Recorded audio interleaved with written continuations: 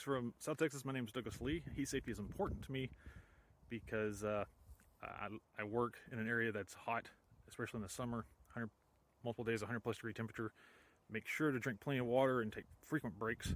Otherwise, you can run into trouble with heat exhaustion or heat stroke or even permanent injury and death. So that's why heat safety is important to me. Thank you. Thanks, Douglas, for explaining why this topic is important to you. Anyone can develop heat illness while exercising or working in high heat or a combination of moderate heat and humidity. When we perform physical activity, our body generates heat, which needs to be released to the environment in order to maintain an adequate balance of our internal temperature. In hot environments, the primary mechanism that our body uses to release heat is sweating. However, it can have side effects like dehydration and losing important electrolytes and minerals, causing a disbalance that can affect the proper functioning of our internal organs. The presence of humidity in the environment reduces the rate of sweat evaporation and can do it to a point where there is not enough to cool down the body, and that is why implementing other practices becomes necessary. The body can cool down through convection pull, which is when the heat on the surface of the skin enters in contact with air that is at a lower temperature. But when the differential of the air temperature and the skin is minimal, convection also becomes ineffective. A third way to cool down is by conduction, or contacting objects that are at a lower temperature, like wet towels and ice packs. It is critical to remember that these mechanisms to regulate temperature and prevent heat illness depend not only on external environmental conditions, but also on each individual conditions, including the health baseline. The most significant factors that increase a person's risk are diabetes, being under treatment with diuretics or other medications that can favor dehydration, kidney problems, heart problems, as well as obesity and poor physical fitness can also contribute to it. If you have any of these, it is important to consult with your primary care physician to receive advice on the best actions that you can take to reduce risk prior to performing strenuous work under heat conditions. Heat illness is categorized based on severity as heat exhaustion or heat stroke. Heat exhaustion depends on water depletion and salts depletion. When water depletion occurs and there is dehydration, the symptoms include dizziness, headaches, and profuse sweating. When there is deficiency of salts, there is an accelerated heart rate, nausea, vomiting, and weakness. Muscle cramps are also present with those conditions.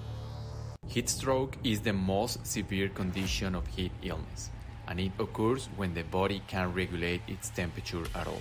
There is no more sweating. Its primary symptom is red, hot, and dry skin, high temperature over 100 degrees, confusion. It can result in fainting and convulsions. Heat illness is a very serious condition, and it can cause death. Thousands of people die every year because of it, according to the World Health Organization. If someone suffers heat exhaustion, help them stop the activity that they are doing, take them to the shade and a cooler environment, and look for help. Don't assume that just by cooling they will be alright. If heat stroke occurs, call the emergency services immediately. This is a life-threatening condition.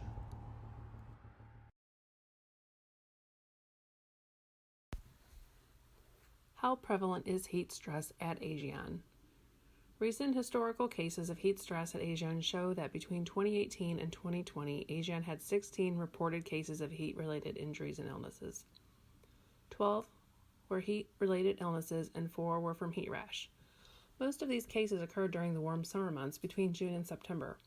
In summer 2020, CPP and ISP workers reported over 240 hazard identifications relating to heat stress.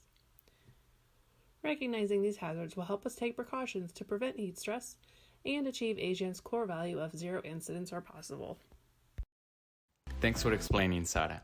Now it is time to talk about the actions that everyone that is working under the heat can take to reduce the risk of suffering heat illness. Heat illness prevention on a job environment starts well before going to the outdoors and performing physical activity. It starts with a healthy lifestyle. Good habits are also very important to be prepared to work under the heat. Good sleep hygiene, healthy eating habits, and a good planning of your work day. It's not only the number of hours that you spend at work, it's also the number of hours that it takes you to get to work and then go home. All of those add to your baseline fatigue. Heat illness prevention also starts behind the desk. Assigning employees that are physically fit for the job, the right number of employees with the right number of tools for the right number of time, it's paramount to perform these activities.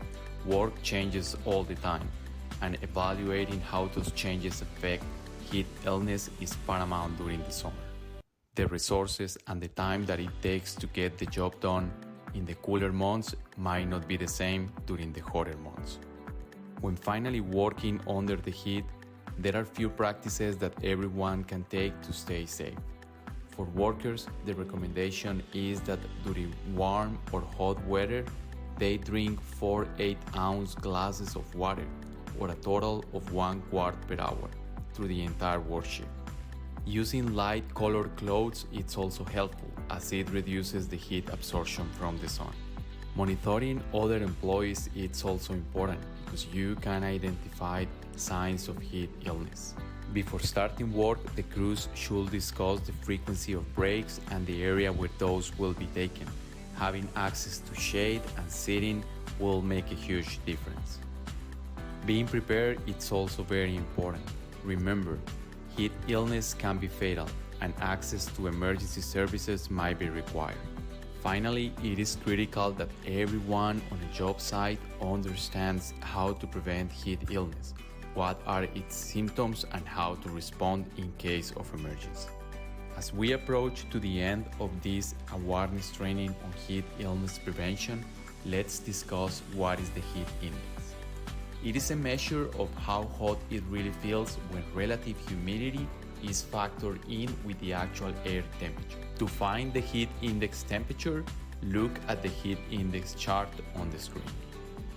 As an example, if the air temperature is 96 degrees Fahrenheit and the relative humidity is 65%, the heat index, or how hot it feels, is 121 degrees Fahrenheit. The red area without numbers indicates extreme danger. Remember, one of the ways that the body has to cool down is by sweating, but high humidity prevents evaporation of the sweat on your skin. And that is one of the reasons why understanding the heat index is so important. It is not just what the thermometer says, it is what the combination of temperature and humidity is. Depending on the heat index, there are different actions that one should take to prevent heat illness. And while there are tables like the one on the screen indicating the type of actions that you should take depending on the heat index, it is not a solution that fits everything. You should prepare and discuss with a safety professional what are the actions that you should take depending on the weather forecast. And regardless of where you are in the world or when the heat starts impacting the area where you work and play, it is important to start familiarizing with these concepts early on.